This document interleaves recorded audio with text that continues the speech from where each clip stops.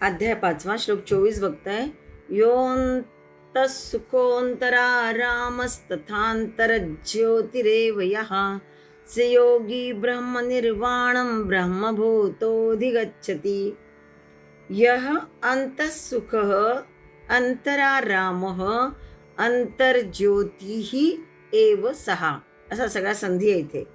यह यो निघून जाईल, ओ निघून जाईल तिथं. यह म्हणजे जो, अंतःसुख म्हणजे आतूनच सुखी असतो, अंतराराम आतूनच त्याला आराम मिळतो, तथा त्याचप्रमाणे अंतर्ज्योतिही एव आतूनच ज्याला ज्ञानप्रकाश मिळतो, तो योगी सहयोगी ब्रह्मभूत होऊन, ब्रह्मभूत म्हणजे ब्रह्मभूत होऊन ब्रह्मनिर्वाणम अधिगच्छती, ब्रह्मनिर्वाणाला प्राप्त करतो किंवा ब्रह्मनिर्वाणाला जातो.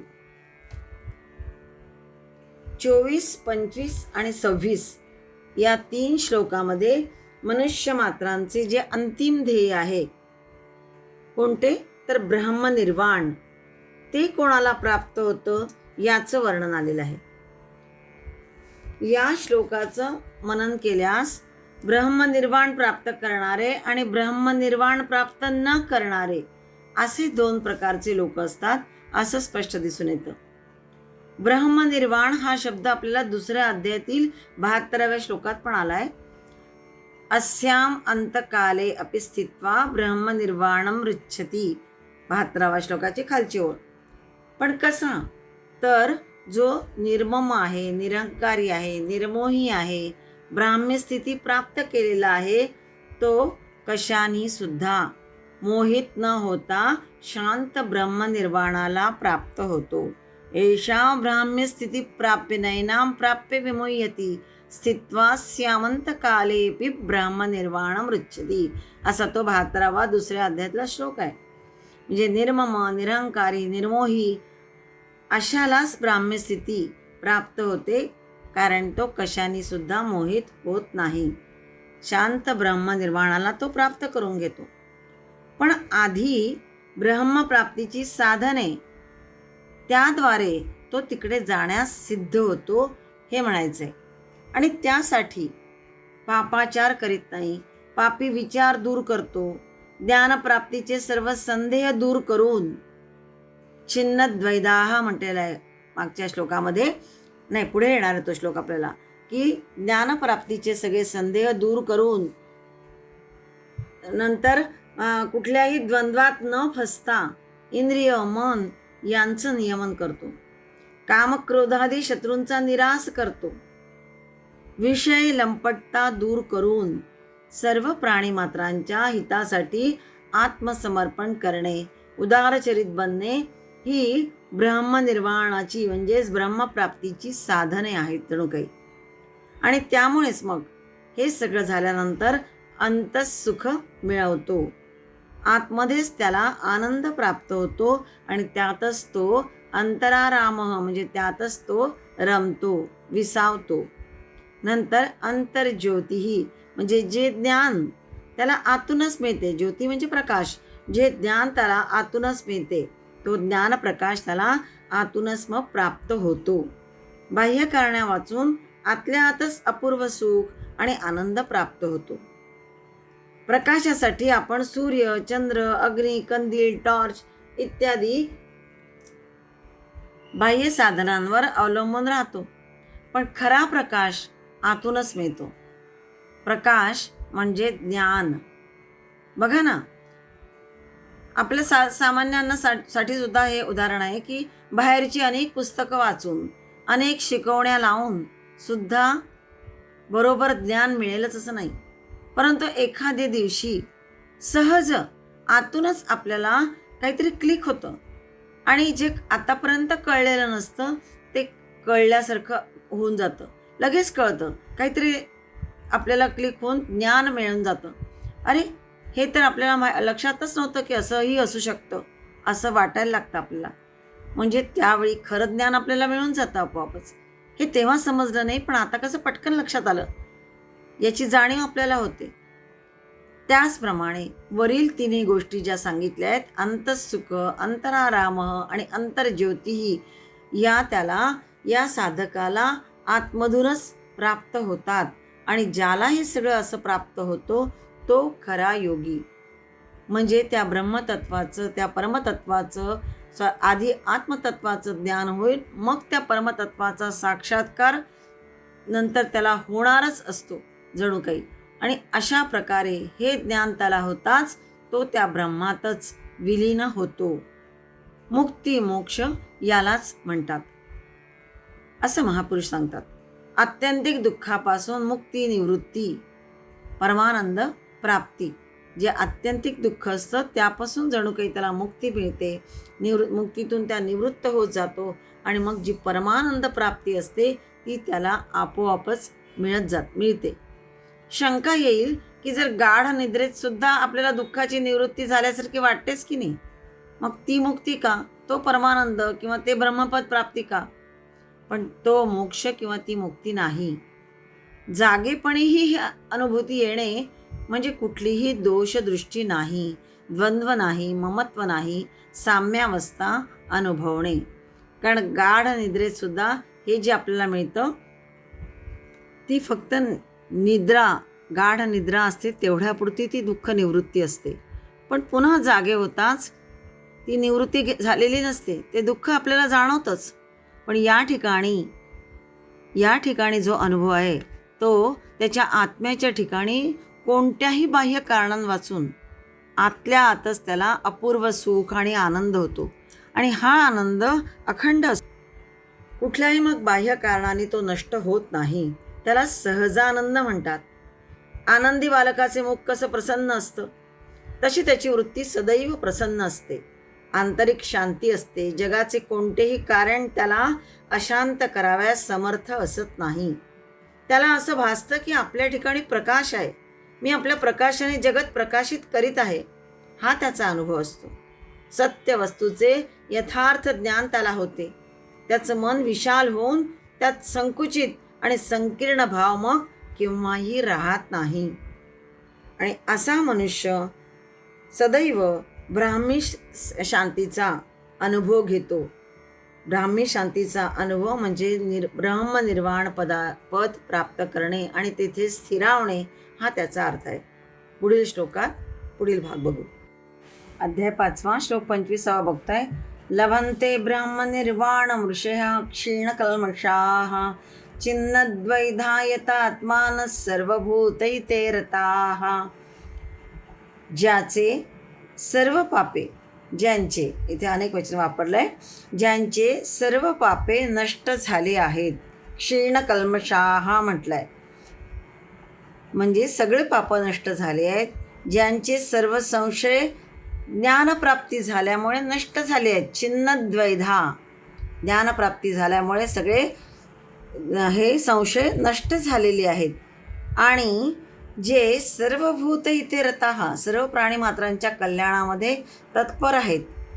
ज्यांचे शरीर मन बुद्धी इंद्रियांसह वश झालेले आहे. यतात्मानःचा अर्थ आहे ज्यांचं शरीर मन बुद्धी इंद्रियांसह वश झाले आहेत असे हे यतात्मानः. ते ब्रह्मवेत्ते ब्रह्मनिर्वाणं ऋषयः, असे हे ब्रह्मवेत्ते शांत ब्रह्माला प्राप्त होतात किंवा प्राप्त करून घेतात. त्या दृष्टीने त्यांची वाटचाल चालू झालेली असते. हे ब्रह्माला जाणणारे ऋषी म्हणजे ऋषयः शब्दालय ब्रह्मनिर्वाणं अर्धवीर आणि ऋषयः, ब्रह्माला जाणणारे हे ऋषी, अनेक वचन वापरले. हे कसे असतात? स्वार्थी नसतात. सर्वभूत हितरतः, सर्व प्राण्यांचे हित साधण्यामध्ये आनंद मानत असतात. फक्त स्वतःचा केवळ स्वार्थ ते बघत नाही. तर कारण ऋषी चिंतनामध्ये सर्व पृथ्वीवरील प्राणीमात्रांचा विचार असतो. तेजस्वी बुद्धिमत्ता असलेले हे छिन्नद्वैधा म्हटलंय म्हणजे ज्ञानामुळे यांचे सगळे संशय शंका दूर झालेले असतात. मन शरीर इंद्रियांवर यांनी ताबा मिळवलेला असतो, स्वामित्व मिळवलेलं असतं. क्षीणकल्मषः म्हणजे पाप दोष विकार रहित असे हे असतात. स्वतःला त्याने नियत केलेलं असतं, नियंत्रित केलेलं असतं सगळ्या याच्यावर. संयमित जीवन जगत असतात हे ऋषी. स्वतःवर पूर्ण ताबा असल्यामुळे मग पश्चात्तापाची वेळ त्यांच्यावर येत नाही. द्वंद्वातीत असल्याने द्विधा मनस्थितीची वेळ त्यांच्यावर येत नाही. पूर्ण शुद्ध पवित्र असे हे ऋषी ब्रह्मपदाला प्राप्त करून घेतात, ब्रह्मपदाला मिळवतात. उदाहरणार्थ, जसं जलतत्वामध्ये समुद्र आणि लाटा हे दोन भेद नसतात, तसंच निर्वाण ब्रह्मामध्ये आत्मा आणि परमात्मा हे दोन भेद नसतात, हे एकरूप होऊन जातात. निर्वाण शब्दाचा अर्थ असा आहे की निरुपसर्ग लागलाय आणि वाण म्हणजे तृष्णा वासना निवारणे. निर म्हणजे बाजूला करणे, दूर करणे, हा निर या उपसर्गाचा अर्थ आहे. आणि वाण म्हणजे तृष्णा वासना याला दूर करणे, मुळापासून नष्ट होणे. कारण तृष्णा वासनाच दुःखाला नेहमी कारणीभूत होत असतात. आणि त्यातून सुटका मिळवणे म्हणजे निर्वाणपद, म्हणजेच निर्वाण ब्रह्मपद प्राप्ती करणे. कारण सगळ्या दुःखाला पासून मुक्ती म्हणजे ब्रह्मनिर्वाणपद प्राप्ती करून घेणे. ब्रह्म म्हणजे समत्व, समतोल, सर्वत्र समबुद्धी असणे, आपल्यात सर्व प्रकारे समतोल आणणे, जीवन सुसंवादी करून समतोलत्व आणणे. आणि ऋषय हा म्हटलाय म्हणजे हे ऋषी अशा प्रकारे स्वतःला सुसंवादी जीवन जगत सर्व भूत इतरतः होत आणि स्वतःला नियमित करून ब्रह्मपद प्राप्ती करून घेतात, मिळवतात. हा या श्लोकाचा अर्थ आहे. हे सगळं आपल्यासाठी कठीण आहे, पण खरोखरच वाचता किंचित काही आपल्यामध्ये बदल झाला तर होऊ शकेल असं समजूया. आणि त्या दृष्टीने सतत कानावर हे सगळं पडू द्यावं, हा तरी विचार मनामध्ये असावा. अध्याय 5 श्लोक 26 बघतो आपण. कामक्रोधवियुक्तानां यतीनां यतचेतसां अभितो ब्रह्मनिर्वाणं वर्तते विदितात्मनां. अनुस्वारांचे उच्चार थोडे वेगळे केले आहेत संधी नियमाप्रमाणे. कामक्रोधवियुक्तानां म्हणजे कामक्रोध मावळलेले ज्यांचे, वियुक्त म्हणजे निघून गेलेले तसे. यतीनां यतचेतसां, यतचेतसां म्हणजे ज्यांनी मन जिंकलेले आहे. विदितात्मनां म्हणजे ज्यांनी स्वतःला ओळखलेलं आहे. शेवटचा जो शब्द आहे खालच्या तो विदितात्मनां म्हणजे ज्यांनी स्वतःला ओळखलं आहे, सस्वरूपाचा ज्यांना साक्षात्कार झालेला आहे, अशा यतीनां म्हणजे ज्ञानीपुरुष, असे ज्ञानीपुरुष सांख्ययोगी. अभितो मधला ओ निघून जाईल. अभितः म्हणजे सर्व बाजूंनी त्यांना ब्रह्मनिर्वाणं वर्तते, ब्रह्माची शांती प्राप्त होते. ज्यांचे कामक्रोध निघून गेले आहेत, मावळले आहेत, ज्यांनी मन जिंकून घेतलं आहे, ज्यांनी स्वतःला ओळखलेलं आहे, स्वस्वरूपाचा साक्षात्कार झाला आहे, अशा ज्ञानीपुरुषांना सर्व बाजूंनी ब्रह्माची शांती प्राप्त होते, ब्रह्मनिर्वाणं वर्तते. यतीनाम यामध्ये यतिपद आलेलं आहे, म्हणजे प्रयत्नशील माणसाचे हा अर्थ आहे. यतचेतसाम चित्तावर नियंत्रण ठेवलेल्या त्या संयमी ज्ञानी पुरुषाला स्वतःला स्वरूपाला जाणून घेतलेलं आहे त्यांनी, असे हे विदित आत्मानम स्वतःच्या स्वरूपाला जाणलेले. आत्मा हा मी असतो, तो ब्रह्माचा अंश असतो. म्हणून ज्याला मी किंवा ते आत्मतत्व, ते स्वरूप कळणे म्हणजेच ब्रह्मसाक्षात्कार होणे, तो दिव्य अनुभव घेणे, हा असा अर्थ याचा. अभितः हे अव्यय आलं आहे, सर्व बाजूंनी, हा त्याचा अर्थ महत्त्वाचा आहे. ब्रह्मनिर्वाणं वर्तते म्हणजे शरीर सोडण्याआधी जीवनमुक्ती आणि शरीर सोडल्यावर सुद्धा जीवनमुक्ती यात थोडं सूक्ष्म अंतर आहे. शरीर सोडण्याआधी जीवनमुक्ती आणि शरीर सोडल्यानंतर सुद्धा जीवनमुक्ती याच्यामध्ये जे आहे अंतर ते थोडं सूक्ष्म आहे. ज्याला हे साधायचं आहे तो ज्ञानीपुरुष अंतःसुख जे असतं ते शोधतो, मग त्यातच अंतरारामः त्याच्यातच तो राहतो, विसावतो, तिथेच तो आनंद मिळवतो. रमते म्हणजे विसावतो, आनंद मिळवतो आणि मग त्यातूनच त्याला अंतर्ज्योतिही म्हणजे ज्ञानप्रकाश तिथे प्राप्त होतो. हे मागच्या आधीच्या श्लोकात आपण बघितलेलं आहे. आणि मग तेथेच तो स्थिर होतो.